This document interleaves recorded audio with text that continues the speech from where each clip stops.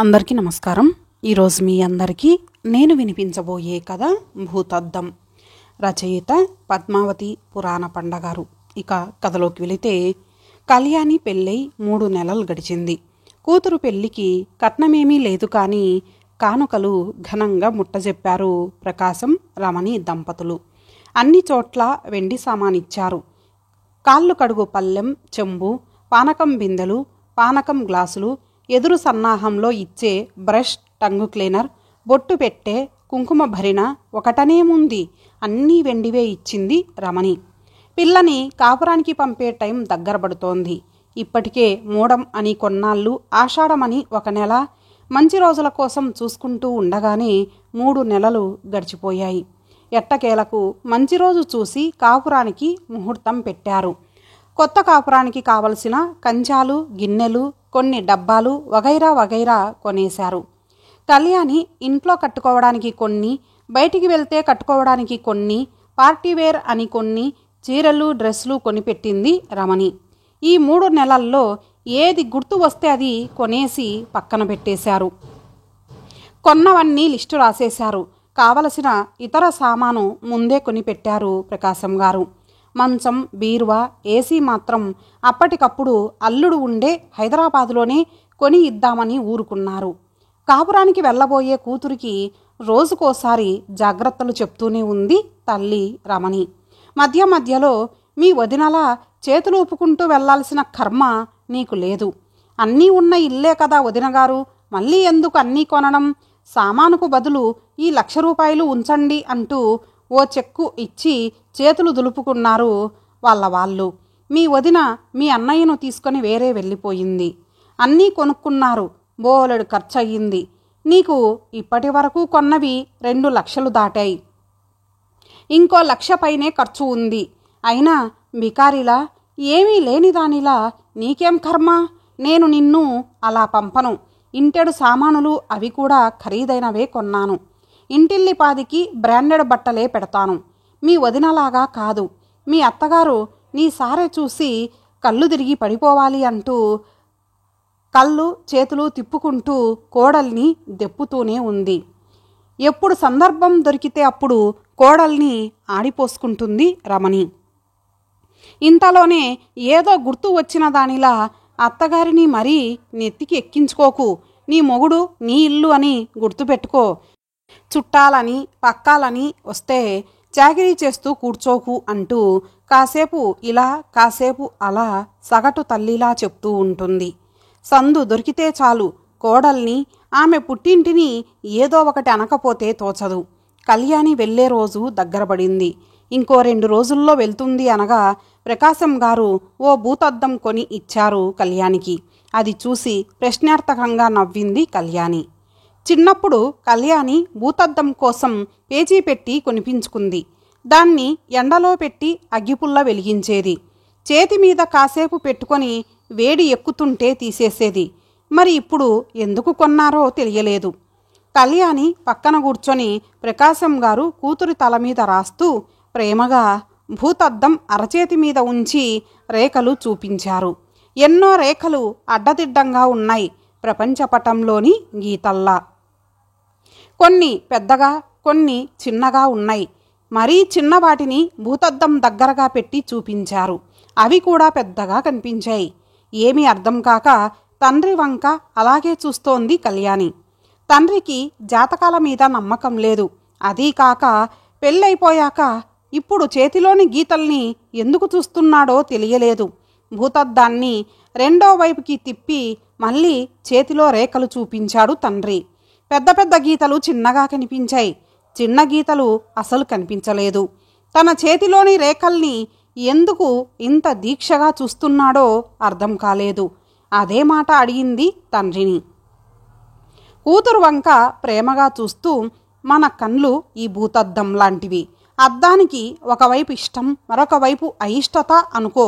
ఉదాహరణకు మీ అమ్మను చూడు అంటుండగానే, అన్నిటికీ నా మీద విరుచుకుపడితే కానీ మీకు నిద్ర పట్టదు అంది రమణి. నువ్వు ఉండమ్మా, నాన్న మీరు ఏదో చెప్పాలని ఇది తెచ్చారు, చెప్పండి అంటూ కుతూహలంగా అడిగింది కళ్యాణి. నీకు ఏమర్థమయ్యింది చెప్పు అన్నారు ప్రకాశం గారు. తెలియదు నాన్న, కానీ మీరు మాత్రం ఏదో గొప్ప ఉద్దేశంతోనే తెచ్చారు అంది కాస్త అయోమయంగా.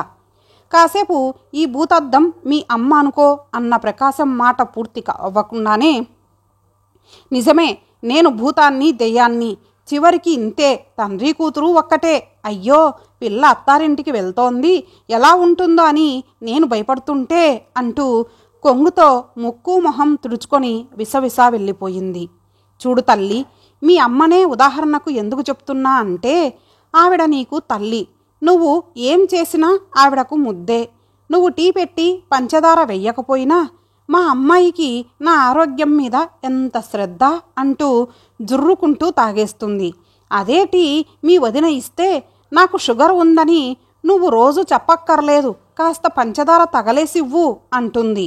అదే పంచదార వేసి ఇస్తే నాకు షుగర్ అని గుర్తు చెయ్యాలా, త్వరగా పైకి పంపేద్దామనా అంటుంది. తండ్రి చెప్పేది కొంచెం కొంచెం అర్థమవుతోంది కళ్యాణికి. అంటే భూతద్దంలో ఇటు చూస్తే కూతురు, అటు చూస్తే కోడలు. టీ కప్పు మారలేదు, వ్యక్తి మారలేదు, నాలుక మారలేదు, కానీ స్పందన మారిపోయింది. వదిన చేసిన టీ నువ్వు తెచ్చి ఇస్తే మెచ్చుకునే నాలుక, అదే వదిన ఇస్తే అంటూ నవ్వుతూ ఆగిపోయారు. తెలిసింది నాన్న అంటున్న కళ్యాణితో, ఇంకొక్క మాట తల్లి అన్నారు కాస్త వణుకుతున్న గొంతుతో. ఇప్పుడు ఇదే భూతద్దం నువ్వు అనుకో అన్నారు చెక్కు చెదరని చిరునవ్వుతో. కనుబొమలు ముడివేసి ప్రశ్నార్థకంగా చూసింది. పుట్టింట్లో తల్లితో గొడవలు పడతాం, వాదిస్తాం, తర్వాత మర్చిపోతాం అంటూ కాస్త ఊపిరి పీల్చుకున్నారు. అవునన్నట్టు తల ఊపింది. అదే గొడవలు అత్తగారితో వస్తాయి. ఇప్పుడు అమ్మ వదినతో మాట్లాడినట్టు మీ అత్తగారు కూడా మాట్లాడవచ్చు. అప్పుడు నీకు కూడా భూతద్దంలో ఒకవైపు అమ్మ, వేరొక వైపు అత్తగారు కనిపిస్తారు అంటూ ఆగారు. అప్పటికే ఆయన కళ్ళు చెమ్మగిల్లుతున్నాయి. ఇప్పుడెందుకు నాన్న ఇవన్నీ అంది కళ్యాణి. ఇప్పుడే అన్నీ చెప్పాలి తల్లి. ఒక కుటుంబం బాగుండటం బాగుండకపోవడం ఆ ఇంటి గృహిణి మీద ఉంటుంది. నువ్వు కూడా అమ్మని అత్తని ఒకవైపు నుండే చూడటం నేర్చుకో. అప్పుడు ఇబ్బంది ఉండదు. నీ ప్రవర్తన మీదే ఇల్లు, ఇంట్లో మనశ్శాంతి ఉంటాయి. ముఖ్యంగా నీ భర్త విషయంలో నీకు నీ అత్తగారికి మధ్య తెలియని పోటీ ఉంటుంది. మీ మధ్య జరిగే ఈ వ్యవహారం వల్ల నీ భర్త మానసిక సంఘర్షణకి గురి అవుతాడు. తల్లికి చెప్పలేడు, కొత్తగా వచ్చిన నిన్ను ఇబ్బంది పెట్టలేడు, నలిగిపోతాడు. కొందరు వ్యసనాలకు బానిసవుతారు అంటూ ఒక్క నిమిషం ఆగారు. తండ్రి చెప్పే ప్రతి మాట శ్రద్ధగా వింటోంది కళ్యాణి. ఒక నిమిషం ఆగి ఊపిరి పీల్చుకొని మళ్ళీ ప్రారంభించారు ప్రకాశం గారు. అలాంటి సంఘర్షణల వల్ల మీ అమ్మకి చెప్పలేక, మా అమ్మకి చెప్పలేక నలిగిపోయాను నేను. మా అమ్మని విడిచిపెట్టలేను, మీ అమ్మను తృప్తిపరచలేను. వాళ్ళు ఆ కాలం వాళ్ళు. మా నాన్నగారు నాకు సలహా ఇచ్చారు, దగ్గరగా ఉండి దూరమయ్యే బదులు దూరంగా ఉండి దగ్గర అవ్వమని. నేను ఆ పని చెయ్యలేదు. అదే సలహా మీ అన్నయ్యకి ఇచ్చాను. వాడు వేరే వెళ్ళాడు. మీ అమ్మ అన్నయ్యను వదినను ఏదో ఒకటి అంటుంది. మీ అన్నయ్య చేతగాని వాడని, పెళ్ళాం కొంగు పట్టుకొని వెళ్ళిపోయాడని. నీకు తెలియనిది కాదు, నేను కూడా అలా మీ అమ్మతో వచ్చేసి ఉంటే అప్పుడు మా అమ్మ కూడా అలాగే అనుకొని ఉండేది. ఇవి ఇలా జరుగుతూ ఉంటాయి అంటున్నప్పుడు ప్రకాశం గారి కళ్ళల్లో తడి. చూడు తల్లి, నీ వల్ల అటువంటి పరిస్థితి రాకూడదు. అలాగే నువ్వు కూడా ఇబ్బంది పడకూడదు. అందుకే ఈ భూతద్దాన్ని నీకిస్తున్నాను. ఎదుటి మనిషిలో తప్పులు ఈ వైపు నుండి చూడు, అప్పుడు అన్నీ చిన్నగా కనిపిస్తాయి.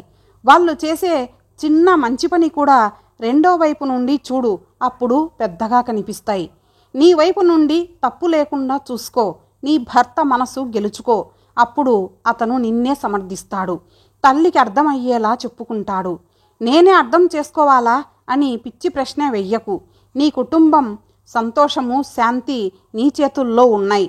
అత్తగారు ఏదైనా చెప్పినా అమ్మ చెప్పినట్లే అనుకో, కానీ అమ్మతో వాదించినట్లు వాదించకు అంటూ తను చెప్పదలుచుకున్నది అయిపోయినట్లుగా ఆగారు ప్రకాశం గారు. తండ్రి వంక ప్రేమగా చూస్తూ తన భవిష్యత్తుని ఆనందమయం చేసుకోవడానికి ఆ భూతద్దాన్ని తీసుకొని తన పెట్టె లోపల భద్రంగా పెట్టుకుంది కళ్యాణి.